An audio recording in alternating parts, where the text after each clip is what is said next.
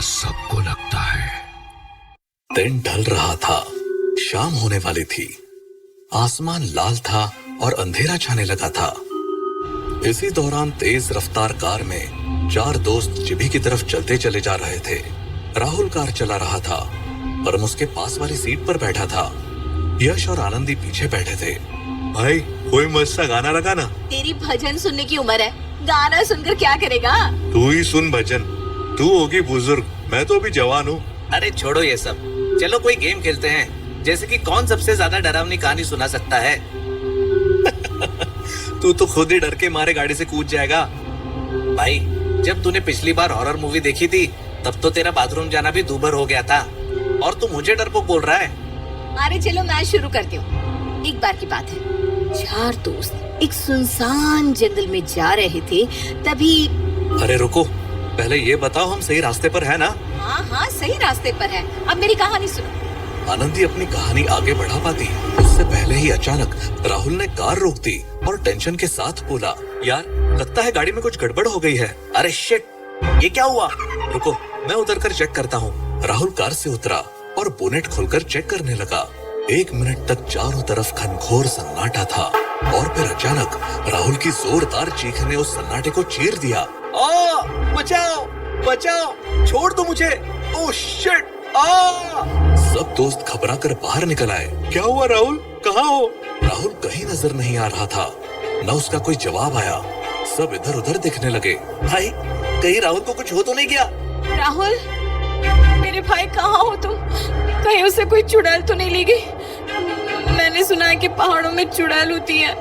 तभी कार के पीछे से राहुल जोर जोर से हंसता हुआ निकला। वो कार के नीचे से घुसकर पीछे की तरफ चला गया था। क्या हुआ बच्चों, डर गए क्या? अबे साले, तुझे ऐसी जगह पर मजाक सूझ रहा है? तूने तो हमें डरा ही दिया था, अब हम तुझे नहीं छोड़ेंगे। रुक! मारो इस कमीने को, बड़ा शौक है इसे बचाओ बचाओ चिल्लाने का। अब चिल्लाएगा ये। वो तीनों मिलकर राहुल को मजाक में मारने लगते हैं, पर तभी कहीं दूर से एक चीख की आवाज आती है।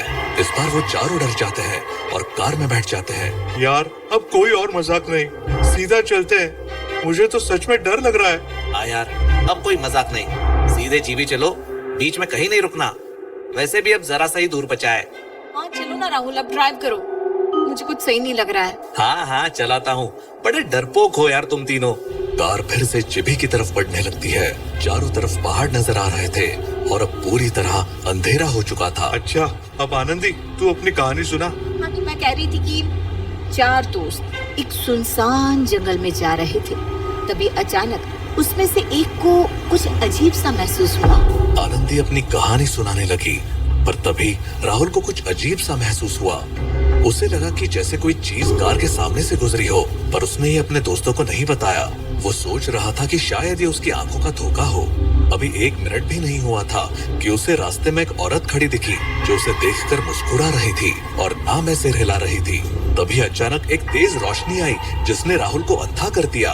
क्या है ये? मुझे कुछ दिखाई क्यों नहीं दे रहा? अरे राहुल क्या हुआ, क्यों चिल्ला रहे हो? कुछ समझ में नहीं आ रहा, मुझे कुछ दिख नहीं रहा है, मैं क्या करूं?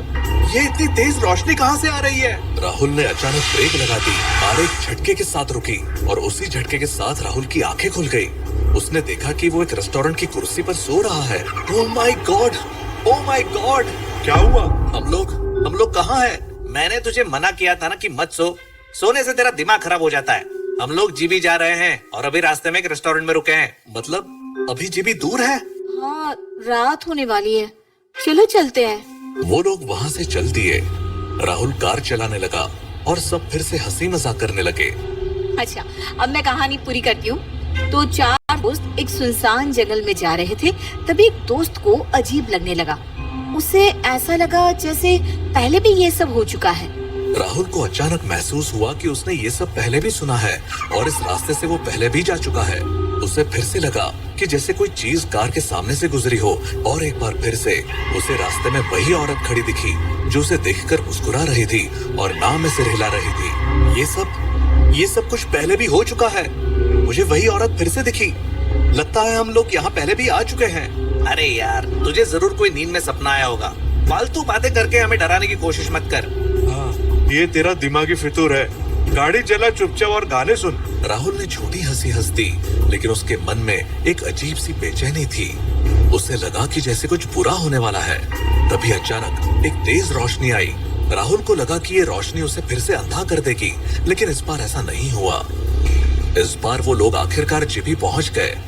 जिभी एक हिल स्टेशन था, तो वहाँ ठंड होना तो लाजमी था, लेकिन उस जगह की ठंड कुछ अजीब थी।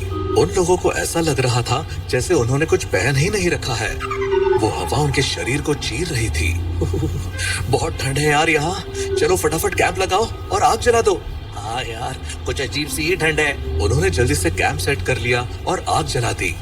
चारों आग के पास बैठ गए और अचानक आनंदी को झाड़ियों से सिरसिराहट की आवाज सुनाई दी। ये आवाज सुनाई दे रही है। कैसी आवाज? झाड़ियों में कुछ है, सुनो। सबने ध्यान से सुना। सच में झाड़ियों से सिरसिराहट की आवाज आ रही थी। तभी अचानक झाड़ियों के पीछे से एक साया तेजी से गुजरा। ये क्या था? तुमने भी देखा? हाँ, पर ये क्या हो सकता है? तभी झाड़ियों से एक जोरदार चीख की आवाज आई। सब चौंक गए और आग के करीब हो गए। अचानक आनंदी का फोन बजा। उसने देखा फोन पर कोई नंबर नहीं था, बस CG लिखा हुआ था। ये कौन हो सकता है? कोई नंबर नहीं दिख रहा। मत उठाना, क्या पता कौन है। तभी आग अचानक बुझ गई और चारों अंधेरे में घिर गए। चारों के सामने एक अजीब सा दिखने वाला बहुत लंबा और चौड़ा आदमी प्रकट हुआ। अंधेरे में भी उसकी काली परछाई साफ दिखाई दे रही थी। मेरे साथ चलो, तुम लोग यहाँ नहीं रह सकते। वो आदमी किसी भूत की तरह दिख रहा था, जिससे चारों डर के मारे कांपने लगे। तो तुम कौन हो और हम तुम्हारे साथ क्यों चले? क्योंकि ये तुम्हारी जगह नहीं है। उस आदमी की आवाज में कुछ ऐसा था कि चारों के रोंगटे खड़े हो गए। उन्होंने एक दूसरे की तरफ देखा और फिर एक साथ भागने का फैसला किया। भागो, जल्दी करो। चारों ने तेजी से भागना शुरू कर दिया। वे अंधेरे में बिना कुछ सोचे समझे इधर उधर भाग रहे थे, पर वो आदमी उनके पीछे पीछे चला आ रहा था। वो बार बार मुड़कर देखते और उसकी डरावनी परछाई को देख और तेजी से दौड़ने लगते। रुकना मत, सीधा भागो। रुकना मत, सीधा भागो। चारों तेजी से भाग रहे थे। उनके दिल की धड़कनें तेज हो रही थी। वो आदमी भी बिना किसी आवाज के उनके पीछे पीछे आ रहा था, मानो उनकी हर हरकत पर नजर रखे हुए हो। सीधे कार के पास चलो, हम लोग अब यहाँ नहीं रुक सकते। हाँ यार, मुझे मेरी जवानी में मरने का शौक नहीं है, जल्दी चलो। हे भगवान, ये कहाँ आ गए हम? ये आदमी हमारी मौत बनके हमारे पीछे ही पड़ गया है। बचा लो हमें भगवान। चारों दोस्त भागते भागते आखिरकार कार के पास पहुंच गए। उनकी सांसें फूल रही थी और दिल तेजी से धड़क रहा था। जल्दी से कार में बैठो, हमें ऐसे निकलना होगा। हाँ यार, जल्दी करो, वो आदमी हमारे पीछे ही है। सब फुर्ती के साथ कार में बैठ गए और राहुल ने कार भगाई। मुझे अभी भी विश्वास नहीं हो रहा कि हमने उस भूत से पीछा छुड़ा लिया। हाँ यार, अब तो सीधे घर पहुँच के ही दम लेंगे। आधा रास्ता जाने के बाद राहुल ने अचानक से तेज ब्रेक मारा। सामने एक कार का एक्सीडेंट हो रखा था। चारों हैरान होकर बाहर निकले और कार की तरफ जाने लगे। जैसे ही वो लोग उस कार के पास पहुंचे, उन्होंने देखा कि उसमें 4 लाशें पड़ी थी और उन लाशों को देखकर चारों के रोंगटे खड़े हो गए। ये तो हम ही हैं। लेकिन ये कैसे हो सकता है? हम तो यहाँ हैं। तभी पीछे से वही लंबा चौड़ा आदमी आया और बोला, तुम लोग यहाँ आते समय ही मर चुके हो। तुम्हारी आत्माएं ये मान नहीं पाई और जिभी पहुंच गई। तुम कौन हो? मैं यमराज हूँ, तुम्हें लेने आया हूँ। चारों दोस्तों के चेहरे पर डर और हैरानी थी। उनकी आत्माएं इस हादसे की सच्चाई को स्वीकार नहीं कर पा रही थी। हम मरे हुए हैं, लेकिन ये कैसे हो सकता है? ये समय है तुम्हारी आत्माओं को मोक्ष दिलाने का। चलो मेरे साथ। यमराज ने हाथ उठाया और चारों की आत्माओं को अपने साथ ले जाने लगे। धीरे धीरे चारों दोस्त यमराज के साथ चल दिए, ये समझते हुए कि उनकी जिंदगी अब समाप्त हो चुकी थी और उन्हें इस सच को स्वीकार करना ही होगा। लेकिन तभी यश ने यमराज का हाथ छोड़ दिया, क्योंकि वो अभी भी जिंदा था। वो मौत और जिंदगी के बीच झूल रहा था।